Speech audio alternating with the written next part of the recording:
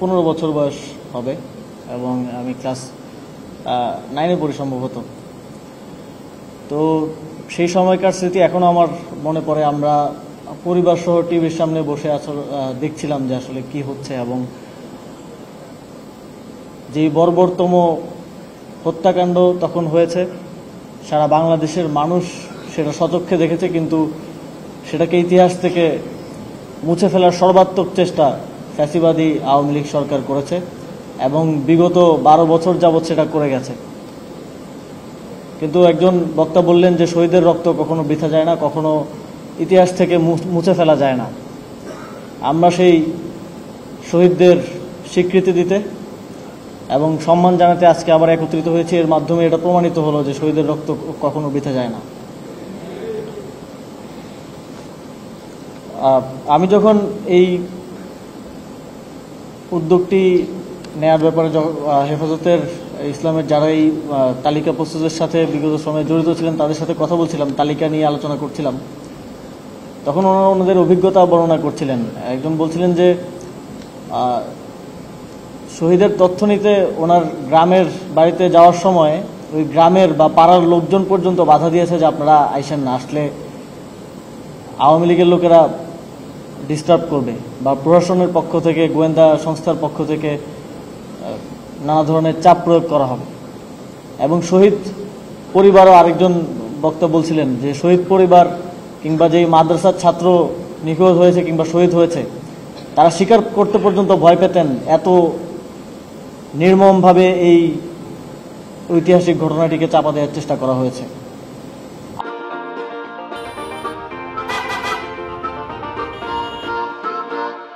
আজকে সেই শহীদ পরিবার, আজকে হেফাজতে ইসলামের যারা তখন নেতৃত্বে ছিলেন, সেই শহীদদের স্বীকৃতি দিতে পেরে এবং আমাদের স্থানীয় সরকার পল্লী উন্নয়ন সমবায় মন্ত্রণালয়ের পক্ষ থেকে একটা ছোট্ট উপহার দিতে পেরে আমরা গর্বিত অনুভব করছি। এবং একই সাথে সারা দেশের মানুষ যেন এই শহীদদের আর কখনো ভুলে না যায়, সেজন্য একটি ছোট্ট উদ্যোগ নিতে পারে আমরা গর্বিত অনুভব করছি।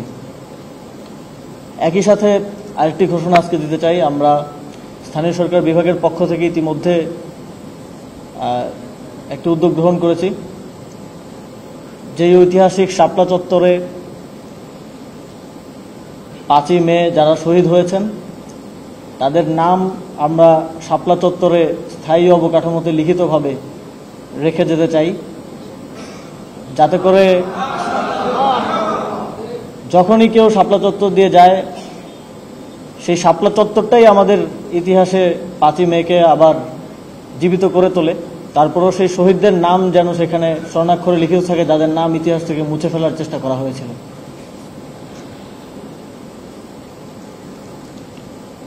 আসলে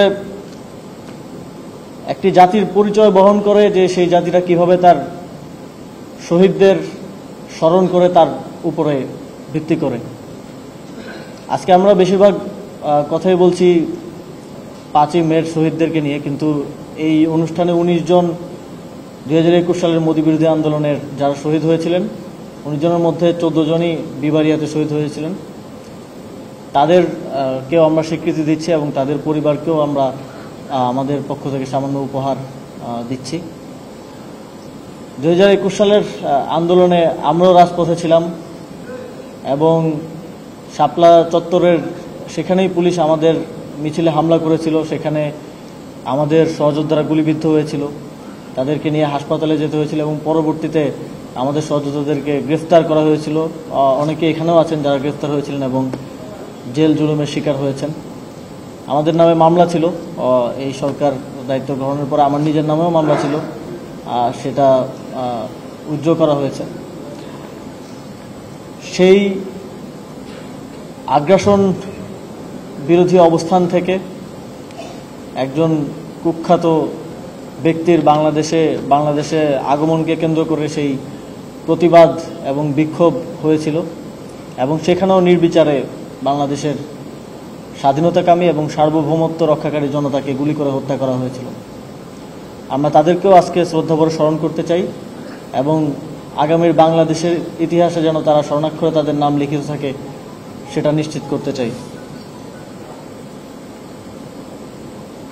ইতিমধ্যেই এই উদ্যোগ যখন আমরা গ্রহণ করছি, যখন এটা নানাভাবে অনেকেই জানতে পারে, নানাভাবে এই উদ্যোগকে বাধাগ্রস্ত করার চেষ্টা করা হয়েছে এবং সামনেও হয়তো আজকের এই অনুষ্ঠানের পর আপনারা দেখতে পাবেন যে নানাভাবে এই উদ্যোগকে করার চেষ্টা করা হবে। আপনারা ভালো করে জানেন এবং আমরা সবাই জানি যে কারা সেটা করবে। পরাজিত ফ্যাসিবাদী শক্তি নানাভাবে এই উদ্যোগের বিভিন্ন বিষয় নিয়ে প্রশ্ন তোলার চেষ্টা করবে। আমরা যেন এই বিষয়গুলোতে সতর্ক থাকি এবং সচেতনভাবে এই বিষয়গুলোকে দেখি, সেই অনুরোধ থাকবে আপনাদের প্রতি।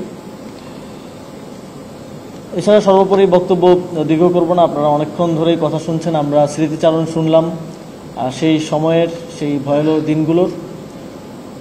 শুধু এতটুকুই প্রত্যাশা রাখি যে সামনের দিনগুলোতে যেন আমাদের বাংলাদেশের ইতিহাস গড়তে, বাংলাদেশের স্বাধীনতা সার্বভৌমত্বকে টিকিয়ে রাখতে এবং গণতান্ত্রিক আন্দোলনে যারা শহীদ হয়েছেন ভবিষ্যৎ বাংলাদেশেও যাতে তাদেরকে যে নেতৃবৃন্দই আবার সরকারে আসুক, ভবিষ্যৎ বাংলাদেশেও যাতে তাদেরকে সর্বোচ্চ সম্মান এবং শ্রদ্ধার সাথে স্মরণ রাখা হয়, সেই কামনা করে এবং আজকের অনুষ্ঠানে উপস্থিত হওয়ার জন্য আপনাদের সকলকে আবারও ধন্যবাদ এবং কৃতজ্ঞতা জানিয়ে আমার বক্তব্য শেষ করছি।